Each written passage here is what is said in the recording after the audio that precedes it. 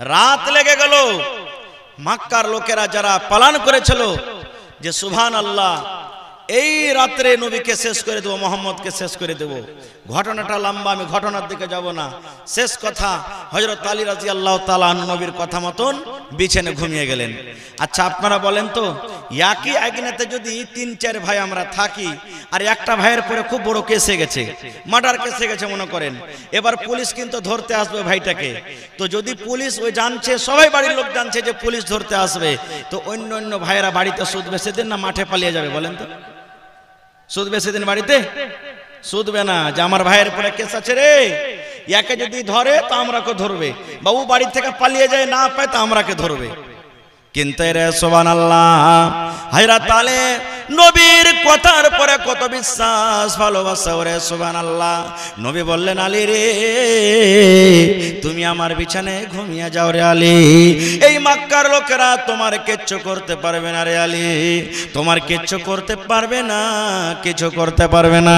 আলী তুমি এই বিছানায় ঘুমিয়ে যাও, আর আমার যে চাদর আছে বিছানা আছে, ওই চাদর তুমি গায়ে দিয়ে তুমি শুতে যাও। পর্দানাসীন মায়েরা এবং খালারা, সমস্ত তারিফ ও গুণগান সে মহান আল্লাহ তাবারক ওয়া তাআলার জন্য, যে মহান আল্লাহ তাবারক ওয়া তাআলা আজকে আমাদেরকে এই পিন্ডালের তলাতে বসে কিছু বলার ও শোনার তৌফিক দিয়েছেন। তাই আমরা সে আল্লাহর প্রশংসা করি। সকলেই পড়েন আলহামদুলিল্লাহ, একটু জোর করে পড়েন আলহামদুলিল্লাহ। তারপর আমাদের শেষ নবী হযরত মুহাম্মদুর রাসূলুল্লাহ পড়েন সাল্লাল্লাহু আলাইহি সাল্লামের পর অগণন দারুদ শরীফ শান্তির দ্বারা বর্ষিত হোক, আমিন। আল্লাহুম্মা সাল্লি আলাইহি আল্লাহুম্মা বারিক আলাইহি। বন্ধুগণ, আমার 11টা পর্যন্ত সময় আছে, মোটামুটি সোয়া ঘন্টা আপনাদের সামনে আছে। আর আল্লাহর কাছে দোয়া করি আমি যা কিছু বলবো যেন সহিহ হাদিস এবং কোরআন থেকে বলতে পারি, এবং তার প্রতি ছোট বড় সকলেই যেন আমরা আমল করতে পারি, তার জন্য আল্লাহ আমাদেরকে তৌফিক দেন। পড়ুন আল্লাহুম্মা আমিন। তার সাথে সাথে আরো একটা কথা বলি, আমি জালসার যারা কমিটির আছেন, যে আপনারা মহিলা পেন্ডালে যারাকে বাছাই করে রেখেছেন চাদর দিয়ে পাঠিয়ে দেন। মহিলা পেন্ডালে চাদর দিয়ে আপনারা পাঠিয়ে দেন, মা খালারা দান দিবে ওখানে। চাদরের ব্যবস্থা যারা করেছেন তারাকে মহিলা পেন্ডালে চাদর দিয়ে পাঠিয়ে দেন। ভাই আমার, সাহাবায়ে কেরাম আল্লাহর নবী সাল্লাল্লাহু আলাইহি সাল্লাম যখন যেইভাবে যে কাজ করতে আদেশ করেছেন, সাহাবায়ে কেরাম ওই টাইমে ওই সময়তে কোনোদিন আগা পিছা করেননি না। সাহাবায়ে কেরাম কিলো কাল করেছেন যে এই কাজটা কেন হলো, এই কাজটা কেন করব, এই কাজটা কেন এখন করব, পরে করলো তো হয়তো। এই ধরনের সাহাবায়ে কেরাম কোনোদিন কিলো কাল করেননি। যখনই শরীয়তের কোনো বিধান আল্লাহ তাবারক ওয়া তাআলার পক্ষ থেকে নবীকে দেওয়া হয়েছে, নবীজি ডাইরেক্ট সাহাবায়ে কেরামকে বলেছেন, আর সাহাবায়ে কেরাম কথাটা শোনা মাত্রই তার প্রতি আমল করেছেন। যেমন এক দুটা হাদিসের কথা আপনাদের সামনে তুলে ধরি। আজকে বর্তমান যুগে আমরা যখন জানাজার নামাজ পড়িতে যাই, জানাজার নামাজ যখন আমরা পড়িতে যাই, তা আমরা পায়ে চাপ্পাল দিয়ে জানাজার নামাজ পড়ি কিংবা চাপ্পালটা খুলে নামাজ পড়ি? বলেন তো, বলেন ভাই। খুলে পড়ি। আর কত ভাই পড়েই থাকে। কত ভাইকে দেখবেন যে ও জানছে যে চাপ্পাল পিন্ধা নামাজ পড়তে হয় না, তখন কি করবে জানেন? চাপ্পালের পা থেকে ফিতাটাকে নামতে করে দেবে, আর ওই চাপ্পালের উপরই দাঁড়িয়ে থাকবে। আছে না এরকম? আচ্ছা বলেন তো, এটা চাপ্পাল খোলা হলো না পিন্ধাই হলো? জোরে বলেন। পিন্ধাই হলো। খুলতে গেলে ওকে ভালো করে খুলে সাইডে রাখতে হবে, আর না তো পিন্ধা থাকলে ভালো করে পিন্ধা থাকতে হবে। এটা ফের কেমন খোলা যে ফিতাখানটা পা থেকে বাইর করে দিলেন, ওর পরে আপনি খাড়িয়ে থাকলেন, ওইটা আপনার খোলা হয়ে গেল। এ ভাই মুসলমান, যদি আপনাকে বিশ্বাস থাকে, ভালো করে শুনেন, যদি আপনাকে বিশ্বাস থাকে যে আমার চাপ্পাল, আমার জুতা, আমার স্যান্ডেল পাক পবিত্র আছে, কোনো ময়ল কুচল নেই, তো আপনি ওইটাকে পিন্ধি জানাজার নামাজ পড়িতে পারেন, কোনো অসুবিধা নেই, কোনো অসুবিধা নেই। এবার কত লোক যারা জানে না, হয়তো শরীয়ত বুঝে না, এখনই আমার শ্রদ্ধেয় দুইজন মেহমান শিক্ষা সম্পর্কে কত গুরুত্ব একবারে শর্ট টাইমে কথা বললেন, যে কত ভাই জানে না, শরীয়ত বুঝে না, দিন বুঝে না। যদি কোনো মৌলভী সাহেবকে বা যারা শরীয়তের কোন এমন কাজ করছেন যে জানছেন, তো ডাইরেক্ট ওকে জিজ্ঞাসা না করে যে ভাই এটা কি শরীয়ত আছে, না করে এর সামনে ওর সামনে ওর সামনে একবারে এমন বমের মতন করে বিস্ফোট করবে যে বলার শেষ নাই। এই সালামুলবি এই দুদিন থেকে পড়ে এসেছে, এরকম এরকম ফতোয়া দিচ্ছে। কত বড় এই পড়ালেখা হয়ে গেছে, এতদিন থেকে এরকম হয়নি, এখন এরকম হচ্ছে বলছে কি বলে না। ভাই আমার, একটা বুখারী শরীফের হাদিস শুনেন। আল্লাহর নবী মসজিদে নববী মদিনার মসজিদে নামাজ পড়ছেন, সাহাবায়ে কেরাম সাথে আছেন, জামাতে নামাজ চলছে। আল্লাহ রাসূল জামাতে নামাজ পড়ছেন, সাহাবায়ে কেরামও নামাজ পড়ছেন, জামাতে নামাজ চলছে। আল্লাহ রাসূল ইমাম হয়ে আছেন, সাহাবায়ে কেরাম মুক্তাদি, নামাজ চলছে। আর নামাজ কোন হালাতে জানেন? জুতা পিন্ধা নামাজ পড়ছেন মসজিদের ভিতরে। কোন গল্প কিসসা কাহিনী না, সহিহ হাদিস। সাহাবায়ে কেরাম আল্লাহর নবী জুতা পিন্ধে নামাজ পড়ছেন, ফরজ নামাজ, কোন সুন্নাত নফল নয়, ফরজ নামাজ পড়ছেন জুতা পিন্ধে। এবার নামাজ পড়তে পড়তে হঠাৎ করে আল্লাহ রাসূল সাল্লাল্লাহু আলাইহি সাল্লাম জুতাটাকে খুলে সাইডে রেখে দিলেন নামাজের হালাতে। ধরেন আল্লাহু আকবার বলে হাত বেঁধে আছেন, দোয়া পড়ছেন, দোয়া পড়তে পড়তে কি হলো না হলো, এবার জুতাটাকে খুলে আল্লাহ রাসূল এরকম ভাবে পা দিয়ে সাইডে হটিয়ে দিলেন। সাহাবায়ে কেরাম আল্লাহ রাসূল সাল্লাল্লাহু আলাইহি সাল্লামের দেখা পর মনে করলেন যে মনে হয় আজ থেকে নামাজের হালাতে জুতা পিন্ধা নামাজ পড়াটা বুঝেন আল্লাহ মানা করে দিলেন, হারাম হয়ে গেল। তো রাসূল যখন খুলে দিলেন তা আমরাও খুলে দিই। সাহাবায়ে কেরাম সব জুতা খুলে দিলেন, যতটি মসজিদে নামাজ পড়ছিলেন জুতা পিন্ধা সবাই জুতা খুলে দিলেন। এবারে নামাজ শেষ হলো, সালাম ফিরলেন। সালাম ফেরার পর নবীজি পিছন দিকে যদি দেখছেন, সুবহানাল্লাহ, আমার সব সাহাবীরা জুতা খুলে দিয়েছেন, সব জুতা খুলে দিয়েছেন। এবার নবীজি সাহাবীদেরকে বলছেন, আরে বাবা, কি ব্যাপারটা, তোমরা জুতা খুলে নামাজ পড়েছো, কোন লোকের পায়ে জুতা নেই, তোমরা সব জুতা খুলে সাইডে রেখে দিয়েছো মানে? তো বলছে নবীজি, আপনাকে জুতা যে খুলতে দেখেছি, আমরা ভাবলাম যে আল্লাহ তাবারাক ওয়া তাআলার পক্ষ থেকে আজ থেকে মনে হয় জুতা পিন্ধে নামাজ পড়াটা হারাম হয়ে গেল, এই জন্য আমরা আপনাকে জুতা খুলতে দেখেছি, তা আমরা খুলে দিলাম। এবার নবীজি কি বললেন জানেন? রে আমার সাহাবীরা,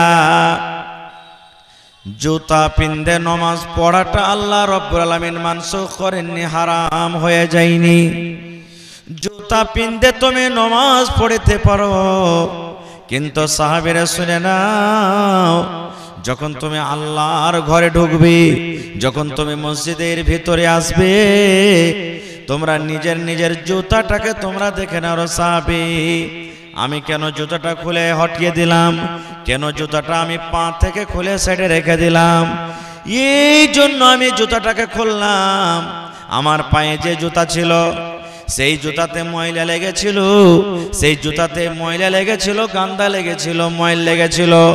আমি কিন্তু দেখিনি, আমি কিন্তু জানি না যে আমার জুতাতে ময়লা লেগে আছে।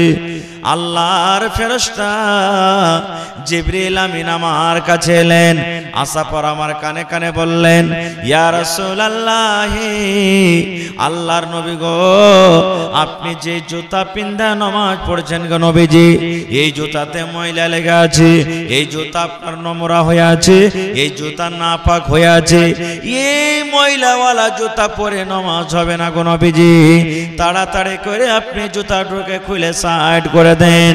রাসূল বললেন, সাহাবী রে, আমার জুতাতে ময়লা লেগেছিল, আমার জুতা নোংরা হয়েছিল, আমার জুতাতে গান্দা লেগেছিল, এই জন্য আমি জিবরিলের কথা মতো জুতাটাকে আমি খুলে দিলাম।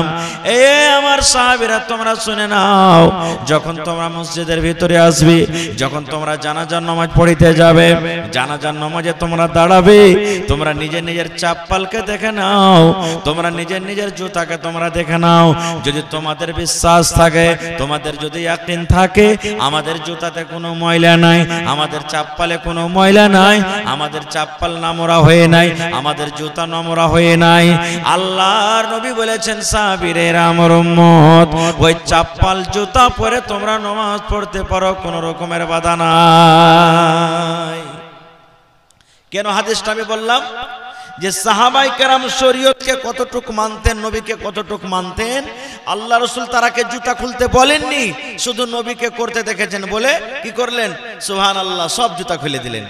আর আজকে আমাদের প্রতি শরীয়ত এত ভাবে বলা হয়েছে, দিনের কথা এত বলা হয়েছে, একদিক থেকে আমরা শুনছি আর এক দিক থেকে আমাদের বের হয়ে চলে যাই। আর একটু আগে চলেন, আনাস রাদিয়াল্লাহু তাআলা আনহু, আনাস বিন মালিক রাদিয়াল্লাহু তাআলা আনহু একজন সাহাবী, উনি বলছেন যে আমি আবু তালহা রাদিয়াল্লাহু তাআলা আনহুর বাড়িতে আমি মদ পান করাছিলাম, লোককে শরাব পান করাছিলাম। আজকে যখন আপনার বাড়িতে কুটুম আসে তো নাস্তা দেন, নাস্তা দেন কি দেন না? হানা বলেন নাস্তা দেন, তারপরে তখন চা বানিয়ে দেন নাকি? তো চা বানিয়ে দেওয়াতে, নাস্তা দেওয়াতে আমাদের কি কোনো লজ্জা হয়? আমাদেরকে শরম লাগে? চা খেতে দিতে শরম লাগে? না খেতে দিতে হলে শরম লাগবে, কিন্তু খেতে দিলে শরম লাগবে না, ওইটা ইজ্জত সম্মান করা হলো। তো আনাস বিন মালিক রাদিয়াল্লাহু তাআলা আনহু বলছেন আবু তালহার বাড়িতে একটা পার্টি চলছে, 10 জন 20 জন 50 জন একটা পার্টি চলছে। আর আবু তালহা রাদিয়াল্লাহু তাআলা আমাকে বলছেন যে আনাস, আমার বাড়িতে যতটি কুটুম আছে সবটিকে মদ পান করাও, শরাব পান করাও। সুবহানাল্লাহ। তখন কিন্তু শরাব হারাম হয়নি, শরাব পান করা তখন হারাম হয়নি। তো আনাস বিন মালিক বলছেন যে আমি সবকে মদ পান করাচ্ছি, শরাব পান করাচ্ছি, কাপে ঢেলে ঢেলে, গিলাসে ঢেলে ঢেলে, লোটাতে ঢেলে ঢেলে সবকে দিচ্ছি আমি, চলছে খুব মজ মস্তি চলছে, শরাব পান করছে। এবার শরাব পান করতে করতে, ওরে সুবহানাল্লাহ, আনাস বিন মালিক বলছেন যে আমি আবু তালহার বাড়িতে মদ পান করাচ্ছি লোকেরাকে, লোক মজা মেরে মেরে মদ পান করছে, আর রাস্তা দিয়ে এলান করনেওয়ালা এলান করছে, হাঁটছে কি, ইন্নাল খামরা কাদ হুররিমাত, আরবি কথা বলছেন, ইন্নাল খামরা কাদ হুররিমাত, ইন্নাল খামরা কাদ হুররিমাত, ইন্নাল খামরা কাদ হুররিমাত, ইন্নাল খামরা কাদ হুররিমাত, এই কথা বলছেন আর চলে যাচ্ছেন। এর মানে হলো আজ থেকে মদ হারাম হয়ে গেল, আল্লাহ মদকে হারাম করে দিলেন, আজ থেকে মদকে হারাম করে দেওয়া হলো। ইন্নাল খামরা কাদ হুররিমাত, আজ থেকে মদ হারাম করে দেওয়া হলো। ও মদিরা লোকেরা, তোমরা আর মদ পান করতে পাবে না, তোমরা আর দারু পান করতে পাবে না, তোমরা শরাব পান করতে পাবে না। আজ থেকে শরাব হারাম করে দেওয়া হলো, শরাবকে হারাম করে দেওয়া হলো, মদকে হারাম করে দেওয়া হলো, মদকে হারাম করে দেওয়া হলো। লোকটা বলছেন আর চলে যাচ্ছেন। আনাস বিন মালিক রাদিয়াল্লাহু তাআলা আনহু ছোট ছেলে সবকে পানি পান করেছেন, মদ পান করেছেন। ও তখন বলছেন যে কে কথাটা বলছে, যে দেখি তো। এবার ওই সাহাবী আনাস বিন মালিক রাদিয়াল্লাহু তাআলা রাস্তাতে এসে দেখছেন যে একজন সাহাবী বলছেন ইন্নাল খামরা কাদ হুররিমাত, বলছেন আর রাস্তা দিয়ে চলে যাচ্ছেন, বলছেন আর রাস্তা দিয়ে চলে যাচ্ছেন। তখন দৌড়াইতে দৌড়াইতে যে আবু তালহাকে বলছেন, হে আল্লাহর বান্দা, আর কিছু নিয়েছেন? কিছু। বলছে কি হয়েছে? বলছে আল্লাহ রাসূলের এলান হয়েছে আজ থেকে মদ পান করা হারাম। ওরে সুবহানাল্লাহ, সাহাবায়ে কেরাম নবীর কতটুক কথা মানতেন, সাহাবায়ে কেরাম নবীর কতটুক কথাকে বিশ্বাস করতেন মুসলমান। যেমনই বলা আজ থেকে মদ হারাম হয়ে গেল, আজ থেকে শরাব হারাম হয়ে গেল। যারা মদ পান করছিল গিলাসে, সঙ্গে সঙ্গে গিলাসটা চালিয়ে ফেলে দিল। যারা কাপ ধরে পান করছিল, কাপটাকে চালিয়ে ফেলে দিল। বাড়িতে যাদের কুপাতে, কলসিতে, ডোলে যাদের রাখা ছিল, ডোলটাকে উল্টে ফেলে দেওয়া হলো, ডোলটাকে ফেলে দেওয়া হলো। শুধু তা নয় রে মুসলমান, কত সাহাবী এমন আছেন, এই যে অঙ্গল দেখেন, মুখে টোটেতে অঙ্গলকে ভরে দেওয়া হলো, লোককে ভরে দেওয়া হলো। আর এরকম ভাবে লোক দিয়ে দিয়ে দিয়ে দিয়ে হ্যাক হ্যাক করে পেটের ভিতরে যেটুকু গেছে কোন রকম কষ্ট মষ্ট করে তাকে উল্টে বমি করে দেওয়া হলো। আনাস বিন মালিক বলছেন সুবহানাল্লাহ, প্রত্যেক বাড়িতে বাড়িতে যার বাড়িতে যা ছিল মদ সব ঢেলে ঢেলে দেওয়া, ভেঙে দেওয়া হলো। কলসি গালাকে মাথার উপরে করে করে ভেঙে দেওয়া হলো, ডোল গালাকে মাথার উপরে করে করে মদকে ফেলে দেওয়া হলো। আনাস বিন মালিক বলছেন মনে হয় ওই রাত্রি, ওই দিনের বেলাতে, ওই টাইমে চতুর্দিক থেকে বাড়ি থেকে এমন ভাবে মদকে উল্টে দেওয়া হলো, মদকে বহিয়ে দেওয়া হলো। যেমন নদীতে বন্যা আসে, যেমন নদীতে সমুদ্রে পানি আসে, পানি বহে যায়, এই মতো মদিনার গলিতে গলিতে মনে হয় মদের বন্যা চলে আইলো। এই যুগের যদি আমরা মুসলমান হতাম তো কি বলতাম, আচ্ছা খেয়ালে না একটু রে কি হবে, হারাম তো হয়েই গেল, পরে দেখা যাবে, আজকের দিন তো কমসে কম খেয়ালে, তখন পরে দেখা যাবে। জি না, সাহাবায়ে কেরাম দেখেন নবীর কথা কতটুকু মানতেন, যে শুনলেন যার হাতে ছিল ফেলে দিলেন, যে পান করে নিয়েছে উল্টি করে বমি করে তাকে উল্টি করে দিলেন। সুবহানাল্লাহ। তো সাহাবায়ে কেরাম কত শরীয়তকে মানতেন, নবীর কথাটাকে মানতেন। আর একটু আগে চলেন, আল্লাহ রাসূল সাল্লাল্লাহু আলাইহি সাল্লামকে যখন মক্কার বেঈমান শয়তানেরা বাড়ি ঘেরাও করে নিলেন, নবীকে মারবো বলে মক্কার বড় বড় সরদার আবু জাহাল, আবু লাহাব, আবু সুফিয়ান, উতবা, শাইবা, এই উকবা বিন আবি মুঈত, মক্কার বড় বড় লোকের একটা মিটিং করলে যে মোহাম্মদ ছেলেটাকে মেরে দেওয়া হোক, মোহাম্মদ ছেলেটাকে শেষ করে দেওয়া হোক। ই আমাদের বাপ দাদার ধর্মকে গালি দেয়, আমাদের ধর্মকে গালি দেয়, আর বলে এই তোরা মূর্তি পূজা করিস না, ভূতের পূজা করিস না, চন্দ্র সূর্যের পূজা করিস না, এক আল্লাহর পূজা কর, আমি হলাম আল্লাহ রাসূল, আমাকে মান। এই জন্য থাকবে বাঁশ না বাজবে বাঁশরি, এই মোহাম্মদ ছেলেটাকে শেষ করে দেওয়া হোক। সব যত মক্কার মুশরিক আছে, মক্কার যত বেঈমানেরা আছে, ওদের নিজের পার্লামেন্টে ওরা নিজের যে মিটিং করার জায়গাতে আছে, পঞ্চায়েত ভবন আছে, সেই পঞ্চায়েত ভবনে মিটিং করে পাস করে নিল যে আজ রাত্রে প্রত্যেক খানদানের কাবিলার একটা করে লোক যাব আর মোহাম্মদের বাড়ি ঘেরাও করব। আচ্ছা একটু লেখা লেখেন। সবাই বলছে যে মোহাম্মদ ছেলেটার একটা একটা করে লোক যাব আর বাড়ি ঘেরাও করে, যেমনই সকাল বেলাতে বের হইবে তেমনি ওর তালোয়ার দিয়ে গলাকে ছেপে দেব। সুবহানাল্লাহ। দিনের বেলাতে মিটিং করছে তারা, মিটিং হয়ে গেল, এবার রাতের অপেক্ষা করছে। নবী তো জানেন না যে আমার ব্যাপারে এরকম এরকম মক্কার বেঈমান শয়তানেরা তারা পার্লামেন্টে মিটিং করেছে যে আমাকে মেরে দেওয়া হবে। আল্লাহ তাবারাক ওয়া তাআলা জিবরিল আমিনকে ডাক দিয়ে বললেন, ও আমার জিবরিল ফেরেশতা, আমার নবীকে মারার পালন করে দিয়েছে, আমার নবীকে মেরে দেওয়ার পালন করেছে, আমার নবীকে আর দুনিয়াতে তারা রাখবে না, আমার নবীকে শেষ করে দিবে। এই জন্য জিবরিল যাও যাও যাও যাও, আমি আল্লাহ তাবারাক ওয়া তাআলা তোমাকে আদেশ করি এই মারার খবরটা আমার নবীর কানে তুমি পৌঁছে দাও, এই মেসেজটা আমার নবীকে দিয়ে দাও, আর আমার নবীকে জানিয়ে দাও এই মক্কার লোকেরা তোমাকে আর রাখবে না, এই মক্কার বেঈমানরা তোমাকে মেরে দিবে, এই মক্কার লোকেরা তোমাকে জবাই করে দিবে, এই মক্কার লোকেরা তোমাকে হত্যা করে দিবে। এই জন্য তাড়াতাড়ি করে রাতের বেলাতে, এই যে সামনে রাতটা আছে, যখন বেলাটা ডুবে যাবে, যখন সূর্যটা ডুবে যাবে, সূর্য ডুবার পর সময় দেখে সুযোগ দেখে মোহাম্মদ তুমি মক্কা ছেড়ে মদিনাতে তুমি রওনা হয়ে যাও, তুমি মক্কা থেকে মদিনা তুমি রওনা হয়ে যাও, তুমি হিজরত করে চলে যাও। লম্বা ঘটনা আছে, আমি ঘটনার দিকে যাব না ভাই। শেষ কথা, নবীজি নিজের জামাই হযরত আলী রাদিয়াল্লাহু তাআলা আনহুকে ডাক দিয়েছেন দিনের বেলাতে। ডাক দেওয়ার পর তখন আলীকে বলছেন, আলী একটা কথা বলবো বাবা। বলছে কি? আল্লাহ রাসূল বলছেন, আলী রে, এই মক্কার বড় বড় নেতারা, বড় বড় সরদারেরা আমাকে মেরে দিবে বলে পালান করেছে, এই মক্কার বেঈমানেরা আমাকে মেরে দিবে বলে পালান করেছে।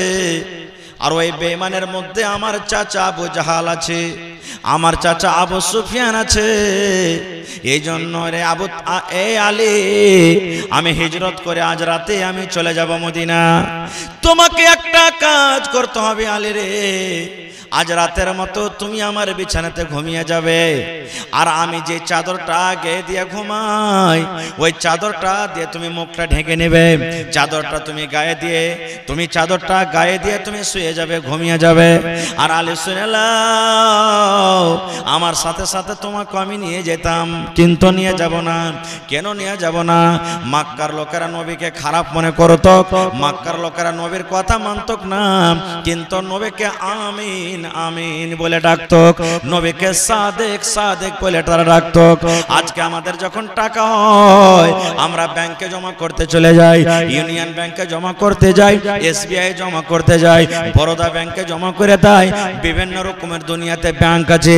সেই ব্যাংক ব্যাংকে আমরা জমা করতে যাই, দরকার যখন লাগে তখন আমরা ব্যাংক থেকে টাকা নিয়ে আসি।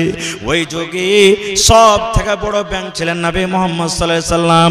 মক্কার লোকেরা নবীকে কোনোদিন তারা বেঈমান বলতো না, মক্কার লোকেরা নবীর কথা মানতো না, কিন্তু নবীকে আমিন আমিন বলে ডাকতো, নবীকে সাদিক সাদিক বলে ডাকতো। এই মুহাম্মদের কাছে সোনা জমা করে রাখ, এটা হলো একটা বড় ব্যাংক রে। এই মুহাম্মদ ছেলেটার কাছে সোনা যদি রাখিস কোনোদিন বেঈমানি করবে না। এই মুহাম্মদ ছেলেটার কাছে তোরা টাকা জমা করে রাখ, এই টাকা যদি তার কাছে জমা করে রাখিস কোনোদিন খিয়ানত করবে না। এই ছেলেটার কাছে তলোয়ার রাখ, এই ছেলেটার কাছে জমির কেওয়ালা রাখ, এই ছেলেটাকে গ্যারান্টারের পেপার রাখ, যার কাছে যা সামান আছে হার গয়না সোনা চাঁদি যা আছে এই মুহাম্মদের ছেলেটার কাছে রাখ, দরকার হিসাবে ফেরত পেয়ে যাবে।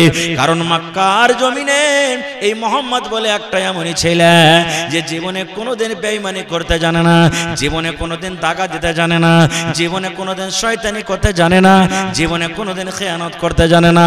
সব মক্কার লোকেরা নবীর কাছে কে সোনা জমা করে রেখেছেন, কে চাঁদি জমা করে রেখেছেন, কে টাকা জমা করে রেখেছেন, কে গয়না গাঁঠে জমা করে রেখেছেন। আল্লাহর নবী আলীকে বলছেন, আলী রে যদি তুমি আমার সাথে চলে যাও আর তোমাকে যদি আমি হিজরত করে নিয়ে চলে যাই তাহলে মক্কার লোকেরা আমার কথা মানবে না। মক্কার লোকেরা আমার পরে যেটা বিশ্বাস করে রেখেছে, মক্কার লোকেরা যেটা আমার পরে মহব্বত ভালোবাসা দেখে রেখেছে, মক্কার লোকেরা যেটা আমাকে টাইটেল দিয়ে রেখেছে আমিন সাদিক, এই কথাটা ভেঙে যাবে। এই জন্য আলী তুমি শুনে নাও, আমি নবী মুহাম্মদ আজ রাত্রে হিজরত করে চলে যাব, আর এই ঘরের ভিতরে মক্কার অমুক লোকের সোনা রাখা আছে, অমুকের হলো এটা দান, অমুকের হলো এটা চাঁদে, অমুকের হলো এটা তালোয়ার, অমুকের হলো এটা কেওয়ালা। আলী শুনে নাও, সকাল যখন হবে আলী রে তুমি একে এক করে ডেকে ডেকে ডেকে ডেকে ডেকে যার যেটা সামান আছে তুমি তার হাতে তুলে দিবে, আর হাতে তুলে দেওয়ার পর তুমিও মদিনার দিকে রওনা হয়ে যাবে। নবীজি বুঝিয়ে দিলেন সব। এবার নবীজি রাত লেগে গেল। আল্লাহ যাকে বাঁচিয়ে রাখবে তাকে কেউ মারতে পারবে ভাই? পারবে কি? তাই কবির দাস একটা হিন্দু কবি উনি বলছেন, যত কো কাঁটা বয়ে, যত কো কাঁটা বয়ে তাহি বই তু ফুল, तो को फूल के फूल है वाको है तेरे सोल, जाको राखे सैया, जाको राखे सैया, मार सकी ना कोई, बाला बाका कर सके जो जग बैरी हो। सैया माने हलो अल्लाह, সাইয়া মানে আল্লাহ, যাকো রাখে সাইয়া মানে আল্লাহ যাকে বাঁচিয়ে রাখবে, মার সকি না কই, তাকে কেউ মারতে পারবে না। বাল না বাঁকা কর সকে জো জগ बैरी होय, জগ মানে দুনিয়া, সমস্ত দুনিয়ার লোক যদি তার দুশমন হয়ে যায়, শত্রু হয়ে যায়, কিন্তু আল্লাহ বাঁচিয়ে রাখলে তাকে কেউ মারতে পারবে না। খুব তো ভাইরা আমার, শেষ কথা আমি কেন বললাম ঘটনাটা, ঘটনার দিকে আমি যাব না, ঘটনাতে কি হলো না হলো অধিকার যাব না, তবে কেন বললাম, এই জন্য বললাম যে হযরত আলী রাদিয়াল্লাহু তাআলা আনহু নবীর কথার প্রতি কতখানি ইয়াকিন বিশ্বাস করেছেন, যে নবীকে না পেয়ে আলী জানছেন যে নবী যদি বাড়ি থেকে চলে যান, নবীকে মারতে এসেছে, ও যদি না থাকে তার বদলাতে হয়তো আমাকে মারবে, আমাকে জবাই করবে, আমার পিঠে লাঠি চলবে, আমার পিঠে তলোয়ার চলবে, আমার পিঠে ছোরা চলবে। তবে কিন্তু নবীর কথার পরে কত বিশ্বাস, নবী বলে দিলেন যে আমার চাদর গায়ে দিয়ে তুমি ঘুমিয়ে যাও, তোমার কিচ্ছু হবে না। এবার হযরত আলী কি বলছেন, ওরে সুবহানাল্লাহ, আমার জীবন পর্যন্ত যতদিন আল্লাহ আমাকে জীবন দিয়েছেন, ওই রাতটাতে আমাকে আল্লাহ যত ঘুম দিয়েছেন আরামে ঘুম করেছি, কোনোদিন আমি জীবনে এরকম ঘুম আমি কোনোদিন ঘুমাইনি। আলী বলছেন কোনোদিন ঘুমাইনি। আর একটু আগে চলেন, আপনাদের এলাকাতে, আপনাদের দেশে, আপনাদের এই এলাকাতে মহিলারা, মায়েরা, খালারা ঈদ বকরিদের নামাজ পড়েন কোথায়? মসজিদে না ঈদগাহে? ঈদ বকরিদের নামাজ ঈদগাহে পড়েন না মসজিদে? জোরে বলেন না জি ভাই, জি ঈদগাহে পড়েন। মাশাআল্লাহ, আলহামদুলিল্লাহ, এটা খুশির খবর। আল্লাহর নবীর জামানাতে বুখারী শরীফের হাদিস, ঈদের নামাজ কিংবা বকরিদের নামাজ পড়ার জন্য নবীজি ঈদগাহের মাঠে গেছেন। ঈদের নামাজ হয়ে গেল, নামাজের পর খুতবা হবে। নবীর যুগে মাইক ছিল না, যে নবীজি মুখে কথা বলবেন মাইকে অনেক দূর পর্যন্ত আওয়াজ যাবে। যেমন এখানে কথা হয়েছে, আমার মায়ের খেলারা ওদের পেন্ডালে আছে, আওয়াজ পৌঁছেছে না পৌঁছে না? আওয়াজ পৌঁছে তাদের পেন্ডালে পৌঁছেছে। কিন্তু নবীর যুগে মাইক ছিল না, নবীজি পুরুষরাকে আওয়াজ করলেন। পিছন দিকে মহিলা, মুখের আওয়াজ মাইকের সমান হয় না। রাসূল বেলালকে বলছেন, বেলাল চলো আমার সাথে চলো, ওই মহিলা পেন্ডালে চলো, মহিলার কাতারে চলো। এবার কাতারটাকে চিরে চিরে চিরে নবীজি চলে গেলেন মহিলাদের কাছে। এবার নবীজি মহিলাদেরকে স্পেশাল ভাবে ওয়াজ করতে লাগলেন, ইয়া মাশারান নিসাই তাসাদ্দাকনা ফাইন্নী উরিতুকুন্না আকসারাহালিন নার। আল্লাহর নবী ওই ঈদগাহের ময়দানে ওয়াজ করতে লাগলেন, নসিহত করতে লাগলেন। এ আমার মায়েরা খালারা শুনলেন, আল্লাহর নবী ঈদগাহের মাঠে ওয়াজ করতে লাগলেন, মা ইয়া মাশারান নিসা, এ মহিলার দলেরা, এ নারীর দলেরা, তাসাদ্দাকনা, তোমরা দান করো, তোমরা সাদকা করো, তোমরা খায়রাত করো। নবী বললেন, কেন না? যেদিন আমাকে আল্লাহ রাব্বুল আলামিন মিরাজ করালছেন, যেদিন আমাকে আল্লাহ তাবারাক ওয়া তাআলা মক্কা থেকে ফিলিস্তিন নিয়ে গেছেন, বাইতুল মুকাদ্দাস থেকে আবার 7 আকাশের উপরে আমাকে নিয়ে যাওয়া হয়েছিল। 7 আকাশের উপরে সিদরাতুল মুনতাহার আগে আমাকে আল্লাহ তাবারাক ওয়া তাআলা জান্নাত দেখতে বললেন। আমি জান্নাত ঘুরে ঘুরে দেখলাম। তারপরে আল্লাহ তাবারাক ওয়া তাআলা আমাকে বললেন, নবীজি একটু জাহান্নামের দিকে আপনি নজর করে দেখেন, জাহান্নামের দিকে আপনি একটু তাকিয়ে দেখেন। আল্লাহ রাসূল বললেন, ও মহিলার দলেরা, আমি জাহান্নামে যেমন টুকি মারলাম, নজর করে দেখলাম, ওরে সুবহানাল্লাহ, জাহান্নামের ভিতরে শুধু নারী আর নারী, জাহান্নামের ভিতরে শুধু মহিলা আর মহিলা, জাহান্নামের ভিতরে শুধু নারী আর নারী পড়ে আছে। হাও মাও করে তারা চিৎকার করছে, মা মরে গেলাম, আল্লাহ তুমি বাঁচাও, আল্লাহ বাঁচাও, আল্লাহ বাঁচাও, মরে গেলাম, ওরে সুবহানাল্লাহ, হাও মাও করে চিৎকার করছে। জাহান্নামের ভিতরে শুধু মহিলারা পড়ে পড়ে কাঁদছে। আল্লাহ রাসূল বলেন, মহিলারে তোমরা দান করো, সাদকা করো, খায়রাত করো রে মহিলা, কারণ আমি তোমাদেরকে জাহান্নামের আগুনে বেশি বেশি করে জ্বলতে দেখলাম। রাসূল বললেন, মহিলা তোমরা দান করো। ঈদগাহের মাঠে রাসূল ওয়াজ করছেন, তোমরা দান করো, তোমাদেরকে জাহান্নামের আগুনে দেখলাম। যখন কথাটা বলা হলো,